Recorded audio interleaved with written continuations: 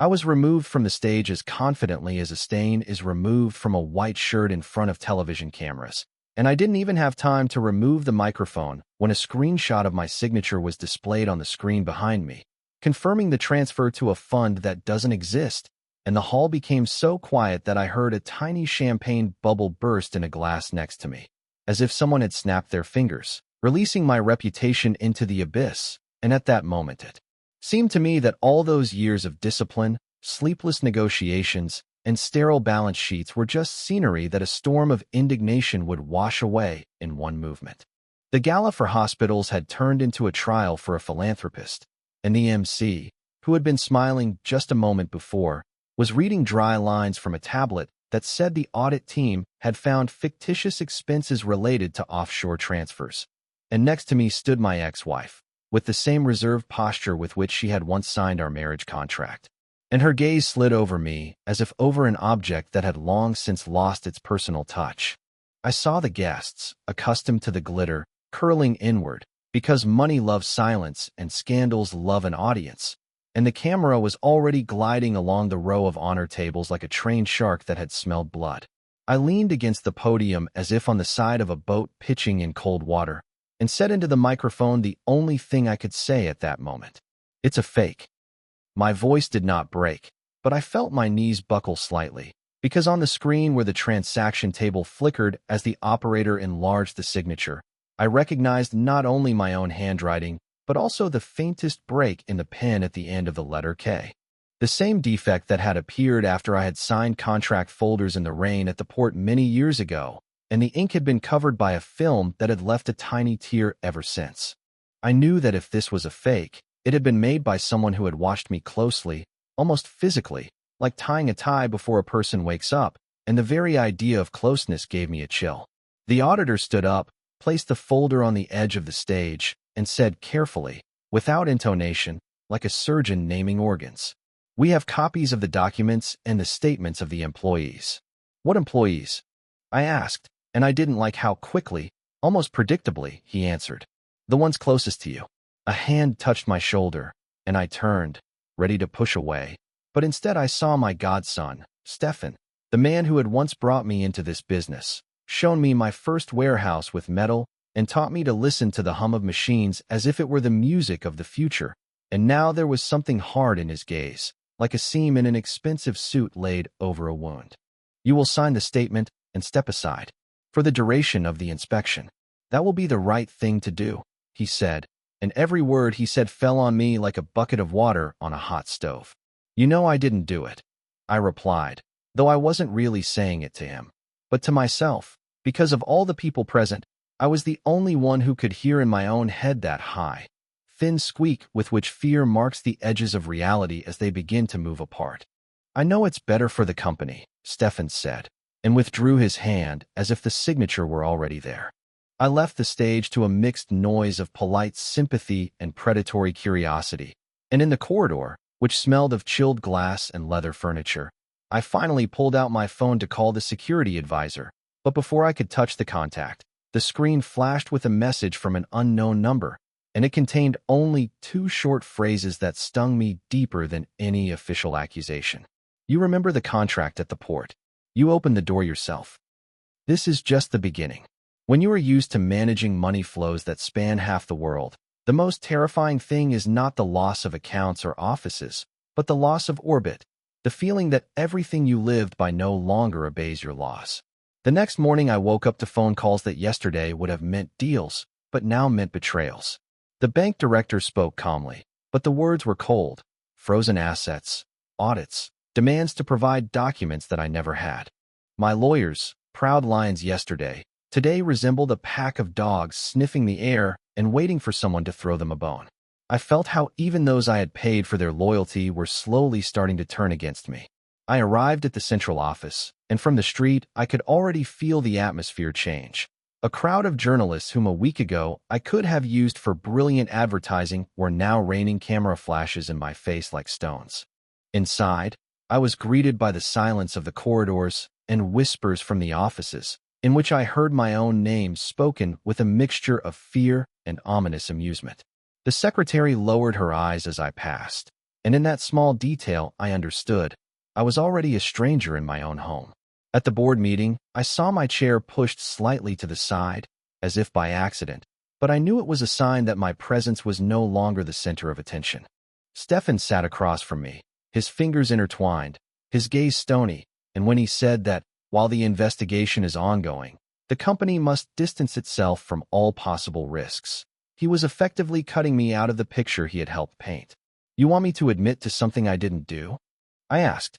"I want the company to survive," he said. And for the first time in his voice I heard something I hadn't heard before. Not loyalty, but cold profit.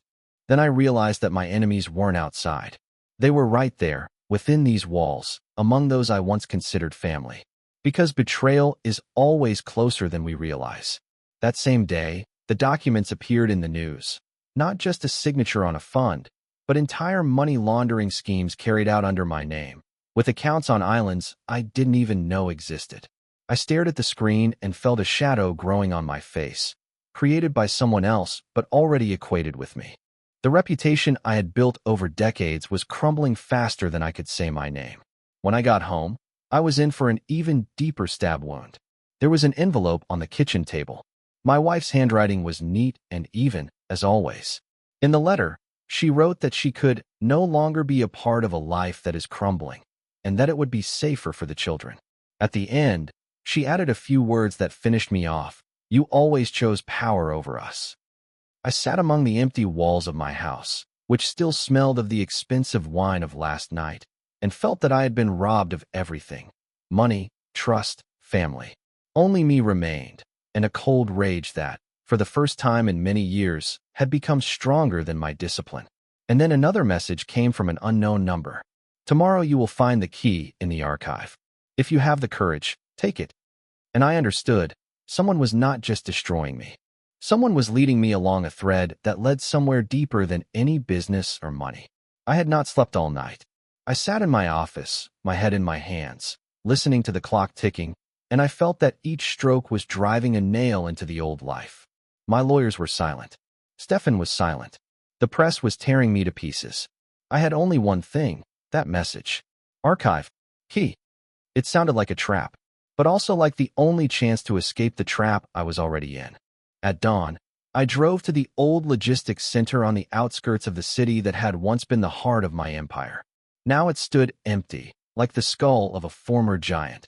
The warehouses that had once thundered with metal and voices now echoed only with my footsteps. In the dark corridor, I found the door to the archive, the same one behind which we kept the first contracts, the first drafts of agreements. The lock had been changed, but under the rug lay an envelope. Inside was an old key and an unmarked flash drive. I sat down on the dusty floor and opened my laptop. The flash drive contained documents I had never seen before. Scanned reports, correspondence, plans, all signed by the people I considered most trustworthy: Stefan, my chief accountant, a couple of branch managers. They had been creating a parallel structure for years, a scheme that was run in my name, but without my knowledge. They had financed their projects, covered their tracks, and now, when it was time to sacrifice someone, they had chosen me. I read my world falling apart, but between the lines I saw something else, something that could still be used. A few hours later, I emerged from the warehouse, clutching the flash drive in my hand like a weapon. And at that moment, I saw her. She was standing next to a black car, leaning on the hood, with the same eyes that had once stared at me from newspaper clippings. Irina, the former investigative journalist who had once destroyed my competitor's career and then suddenly disappeared. "You look like you found a ghost," she said, lighting a cigarette and holding up a match so I could see her hands, without rings or watches. "Are you leading me?" I asked, my voice as hollow as metal. "I warned you back then that Stefan was playing his game. But you didn't listen to me. Now you have proof. The question is, what are you going to do with it?" I looked at her, and for the first time in weeks something stirred inside me, something like hope. She handed me an envelope. "Here are the contacts of a prosecutor I can trust. But he doesn't just need a flash drive. He needs you. A witness. Someone who will come out. If I do this, I will be completely destroyed," I said. "If you don't, you are already dead," she replied. I was silent. Above us, the gray sky was turning into a metal dome, and I felt like I was standing on the edge. I have a weapon, an ally, a way forward. But this is a road from which no one returns rich. Irina looked at me straight, as if giving me time. You have 3 days. Then it will be too late, she said and got into the car. The door clicked, the engine roared. I stood on the cold asphalt, holding the flash drive, the envelope, and my own fear. The quiet squeak sounded in my head again, but now something else was mixed in with it. The feeling that perhaps this chaos was not the end, but the key to another truth. For 3 days I lived as if with a knife under my rib. I walked around the city, saw my own portraits on the covers of newspapers, listened to passers-by whisper my name, and felt that each of their phrases cut me with thin blades. But I had a flash drive in my pocket and Irina's voice in my head. Witness. A person who will come to light. And with each passing hour, I realized more and more that it was no longer possible to sit in the shadows. On the 3rd evening, I went into the same office that Stefan now controlled. I knew that cameras were recording my every step. I knew that he was waiting for me. And indeed, there was only one light on in the conference room, and there he was sitting at the table, in an impeccable suit, with a glass of whiskey, like a king receiving a rebellious vassal. You're back, he said without a smile. I even wonder what it was for. I threw the flash drive on the table. It slid down the glass and hit his glass. With your truth, I replied. He slowly took a handkerchief, wiped his fingers as if he had touched something dirty. You think these papers will save you? You know how the world works. Evidence is nothing. Control is everything. Control? I leaned forward. You stole my name. You used me as a screen. And now you want to make me silent. His eyes flashed with icy calm. I don't want to.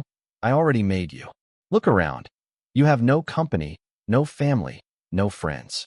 All you have left is this empty anger. You're wrong, I said quietly. I have the truth. He laughed. Dry, like cracked paper. Really? Do you still believe in this children's tale? People don't want the truth. They want a spectacle. And you became a spectacle for them. A fall and a disgrace. I only helped them believe. My hands trembled, but I didn't look away. I'll go to the prosecutor. And let them crush me. Let them take everything. I'll say my word. And if they erase me, then your name will be erased along with mine. A shadow flashed in his eyes for a moment. Not fear, but irritation at the fact that something was beyond his control. He stood up, slowly, with that confidence that had always struck me back when I had considered him a mentor. If you take this step, he said almost in a whisper, leaning into my ear, you'll lose your last chance to save yourself. I felt the blood rush to my temples. You're wrong, Stefan. This is my first chance in years. I turned around and left. The cameras recorded my every step, and I knew that tomorrow they would be evidence that I hadn't run away, that I hadn't hidden, but had come to his house and challenged him. It was all or nothing. Irina was waiting for me on the street. She was sitting in the car, holding the phone in her hands. Well? She asked. He thinks he controls everything, I answered. But tomorrow will show that even in this world there are things that are stronger than control. She nodded and started the engine. And for the first time in a long time, I felt not fear, but peace. Because ahead was the spotlight and the tribunal of society. And I already knew what I would say. The trial was held in a large hall, where tall windows let in the cold morning light, and each ray cut through the space like a blade. I stood on the stand not as a defendant, but as a witness. In front of me lay the documents from the flash drive. Behind me sat Irina, next to the prosecutor, and across from her was Stefan. His face was impenetrable, as always, but I could see how he clenched his jaw tightly. For the first time in a long time, he was not in control of the situation. They asked me about the deals, the signatures, the meetings. I told them how everything happened, who had access to the accounts, who went to private dinners, who wrote letters under my name. I didn't shout. I didn't make excuses. I spoke evenly, calmly, like a surgeon describing an operation. At some point, I caught myself thinking that for the first time in many years, my words belonged not to the game, not to the bargaining, not to the authorities, but to myself. When I finished, the courtroom fell silent. I felt it was hard to breathe, as if the air had become thick. The judge nodded to the prosecutor. He stood up and announced the charges, this time not against me. Stefan stood up, and a smile crossed his face. Not a human one, but more of a mask. He knew he was going to lose, but he also knew something else. There were no real winners in this game. After the hearing, I left the building. At the entrance were journalists, microphones, cameras. I had once hated this crowd. Now I looked at them and felt strangely calm. I took a step forward and said, "My whole life has been built on the idea of control. I believed that money and power could guarantee the truth. But they only hid lies. Today I am no richer or more influential than I was yesterday. But for the first time, I feel that I am not betraying myself." These words didn't make it into every newscast. Some cut them out, some twisted them. But I saw the faces of a few people in the crowd who were really listening. And that was enough. I returned home that evening. The house was empty. There were no more envelopes on the table, only a stain from spilled coffee. I sat in the dark and thought for a long time about whether it was worth it. I had lost almost everything I had created. But looking out the window at the night city, I felt that for the first time I was seeing it not through the windows of expensive cars or the iron doors of offices. I was seeing it through the eyes of a person who was no longer afraid. The moral dilemma remained with me. Is it possible to be rich and honest? Is there a balance between truth and success? I didn't know the answer, but I did know something else. Sometimes the only thing we have left is the willingness to tell the truth, even when it destroys us. I raised a glass of water, alone in the empty house, and whispered, "For never living in the shadows again." And in that moment, I realized that my end was the beginning of something greater than any empire built on money.